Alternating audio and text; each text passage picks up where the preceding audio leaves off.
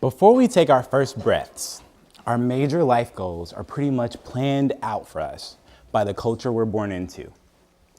In Western culture, to be successful means we'll have two things.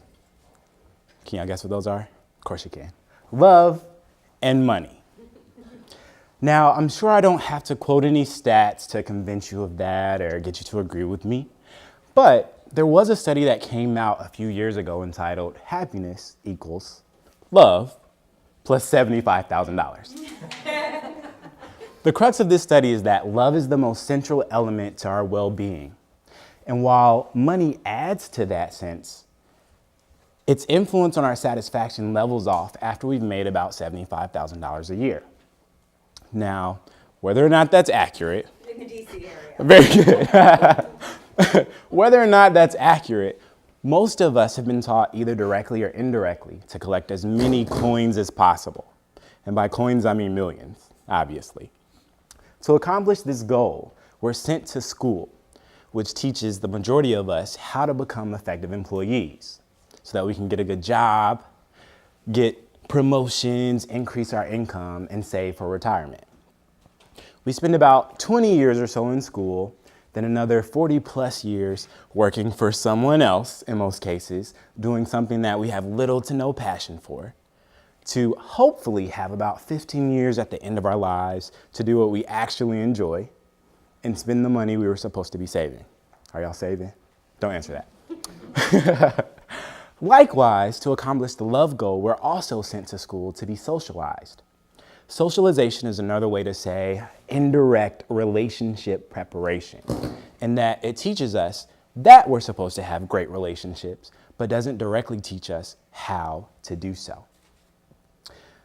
We're also not supposed to have just any type of love, but long-term romantic love of the heterosexual variety. And I don't know how good your gaydar is, but I'm not accomplishing that goal in this lifetime. Okay? Yes, I'm one of the gays, as Angela said. And maybe you have a hard time believing that, but I can assure you that I love Beyonce. It's true. My name is Amari Ice, and I'm also known as the Prince of Hearts. And according to the Matchmaking Institute, I'm actually the first openly gay black man to become a certified matchmaker and relationship coach in the entire love industry. Not the sex industry. Not talking about Hugh Hefner or massages with happy endings, but the relationship love industry, which includes marriage counseling, relationship coaching, matchmaking, and programs and courses designed to help people find and keep lasting love. So when it comes to finding the love of your life, as both a coach and a matchmaker, I can either show you how or I can show you him. Now, I wasn't always a matchmaker and definitely had my own relationship struggles growing up both black and gay in America. But instead of becoming jaded or giving up on love, I decided to learn as much as possible about how to have effective relationships. So I studied communications and psychology in college. That knowledge base formed the foundation of the relationship process I created and outlined in my international best-selling book, Lasting Love at Last, The Gay Guide to Attracting the Relationship of Your Dreams. Speaking of the gays, a 2011 study by the Williams Institute out of UCLA found that about 3.5% of people, or 9 million Americans, self-identify as openly lesbian, gay, bisexual, or transgender. And that's only the people who identify. We know way more people are closeted, yeah? So 1 out of every 25 people is openly LGBT. In other words, if you have more than 25 people in your family and you don't know which one is gay, let's play a game, okay? I want you to ask each of your family members for a quarter, and whoever's hand comes out of their pocket or purse covered in glitter, that's the one. That is the one. So we are literally everywhere, and technology has made it much easier for us to find each other. So the question becomes, if so many people are openly gay, and it's so easy for us to find each other, why are so many gay people still single, and why aren't their relationships lasting? Now, I'm sure my single heterosexual counterparts are asking the same question, right?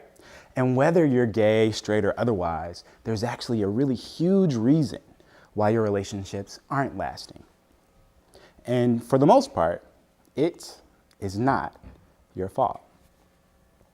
To illustrate why I say that, I'm going to ask you a series of career-related questions, and I want you to stand up if any of these apply to you.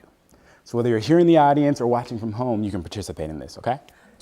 Stand up or raise your hand if you have ever joined a professional mastermind group.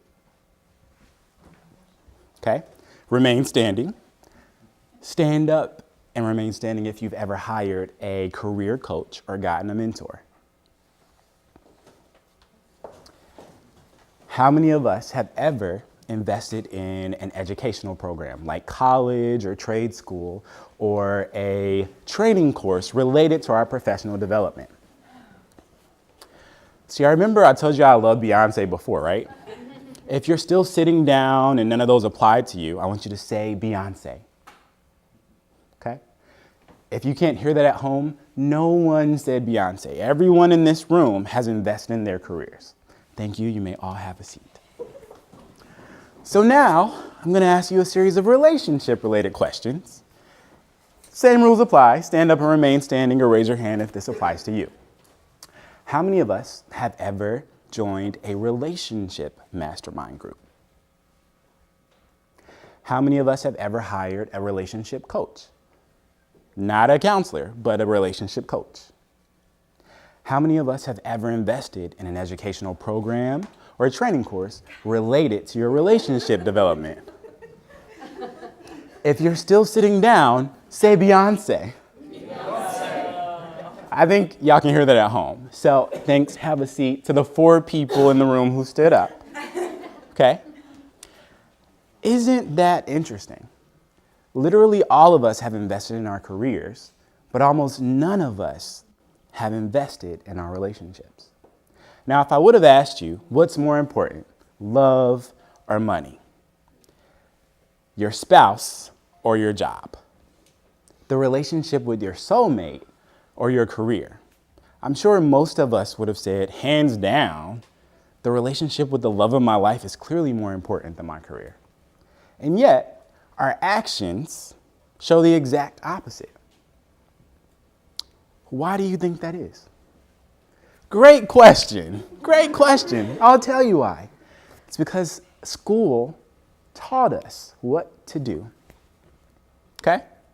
We learn what to do from school. Remember, there are 2 things I said school teaches us: how to become effective employees and that we're supposed to be in relationships.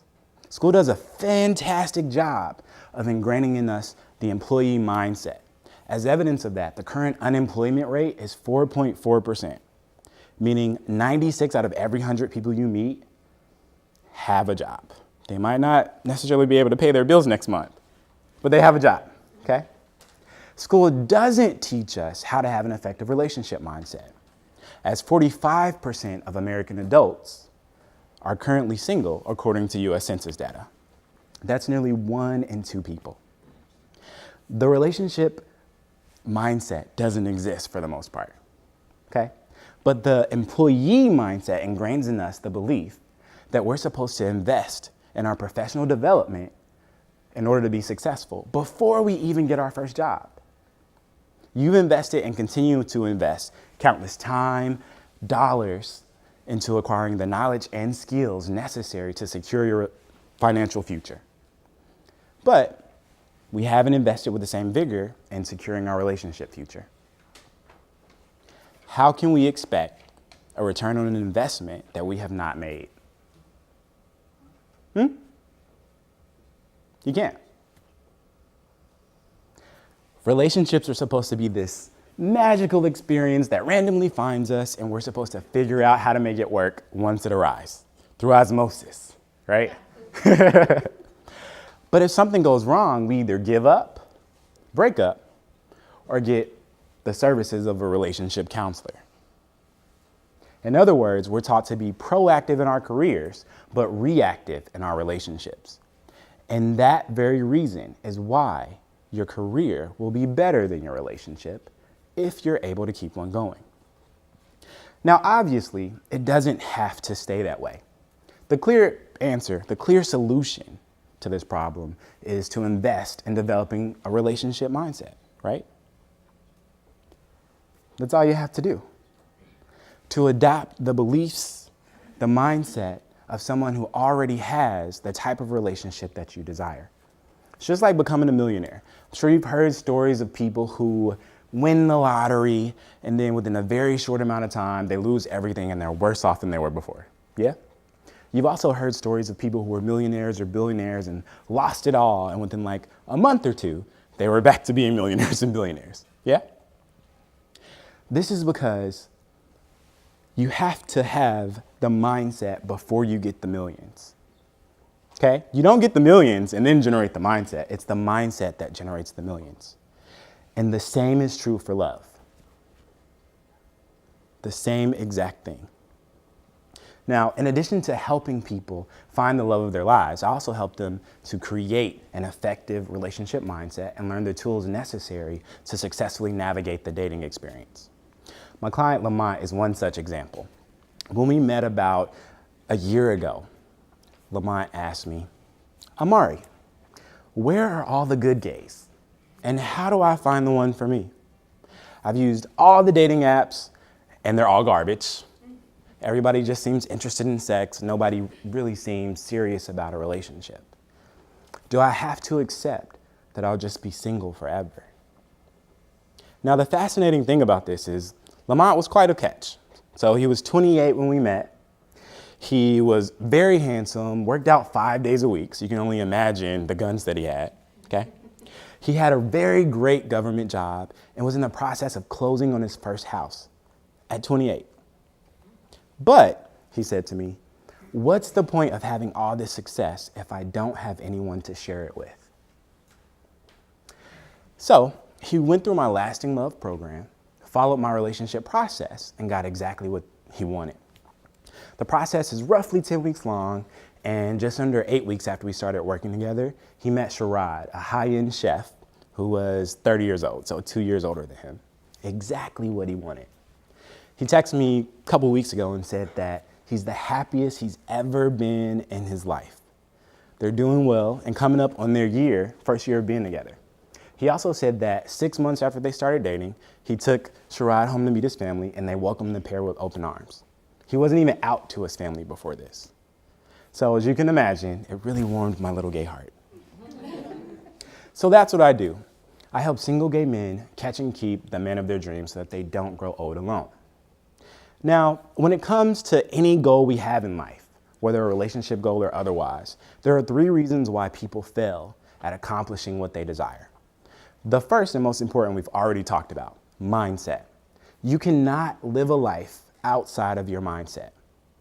Your mindset dictates your actions, and your actions dictate your results. The second is not having a plan. If you don't have a roadmap, how do you know if you're moving in the right direction? And the third is not having accountability, whether that's personal accountability or having a coach, a friend, or a mentor hold you accountable for implementing your actions. If you don't do the work, it's not going to work. In closing, you are not at fault because you weren't taught an effective relationship mindset. But now that you know what the problem is, if you don't take responsibility for investing in your love goals, the outcome of your relationship future is your fault. So if your relationships aren't working, get a coach, get a mentor, join a program that's going to give you the tools, that's going to give you the accountability, and help you to create the mindset that will allow you to sustain the love that you would love to have in your life. Again, my name is Amari Ice, and I'm the Prince of Hearts, and you can download a free copy of my book at lastingloveatlast.com. Love, peace, and glitter.